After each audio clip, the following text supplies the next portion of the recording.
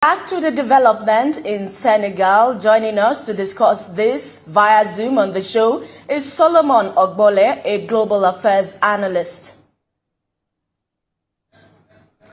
So, Mr. Solomon, the swearing-in of 44-year-old BASSIROU FAYE is historic, especially in Africa. Tell us what you feel about this, with African presidents being old and grey all the time.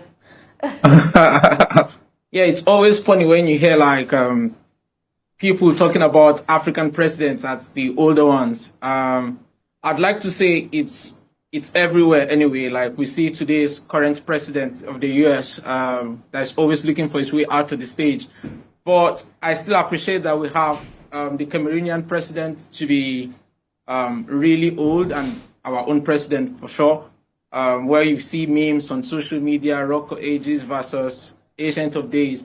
But this is really good, really good that we have a young person fronting the affairs of Senegal, and that would encourage young people to do more, to participate a lot more in politics. It's too loud. Say that again.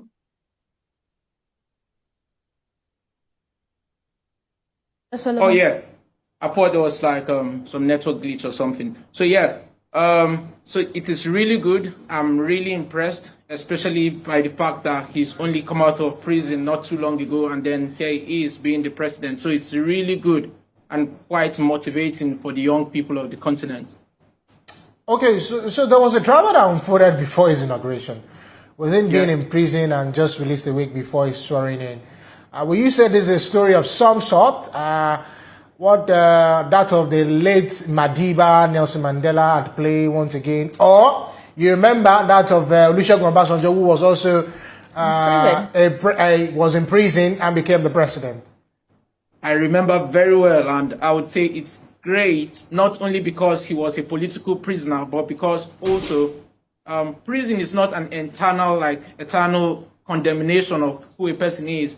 If you go to prison, it's just supposed to be correctional. It's a correctional facility to make you a better person, to come out and turn your life around and become something great and relevant for the society. So this is a really good example that going to prison doesn't mean you are rubbish or you can't amount to anything in the society.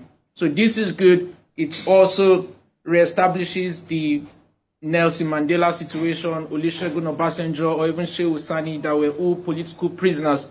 And now we can see that this is such a big inspiration for young Africans. Now, do you think he has what it takes to achieve success in Senegal in terms of economic development, youth employment, and so on? Yeah, it's one thing to sell yourself to be the solution. Yet it's another different ball game to be actually the solution. From what we've seen so far, it shows that he has the willpower to do as much as needs to be done for the country. But he set himself up for a very difficult task because his party is not even having the majority in the other sides of the government. So it might be really difficult to walk around the government to make something reasonable out of his time in office.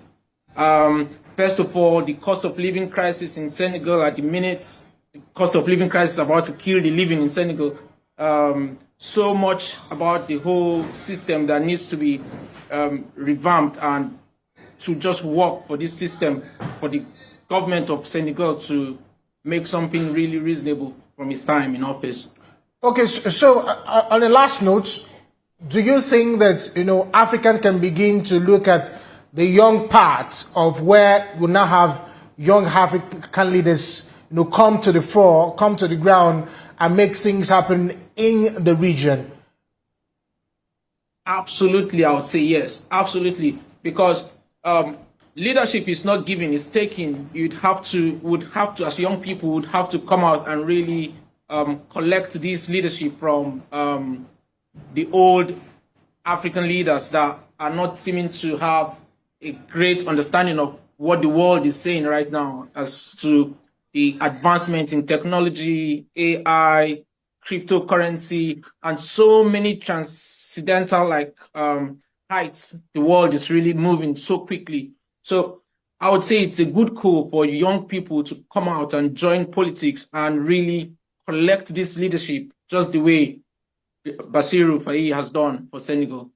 Thank you very much, Mr. Solomon Ogbole, Global Affairs Analyst, for joining us via Zoom from the United Kingdom. Thank you very much.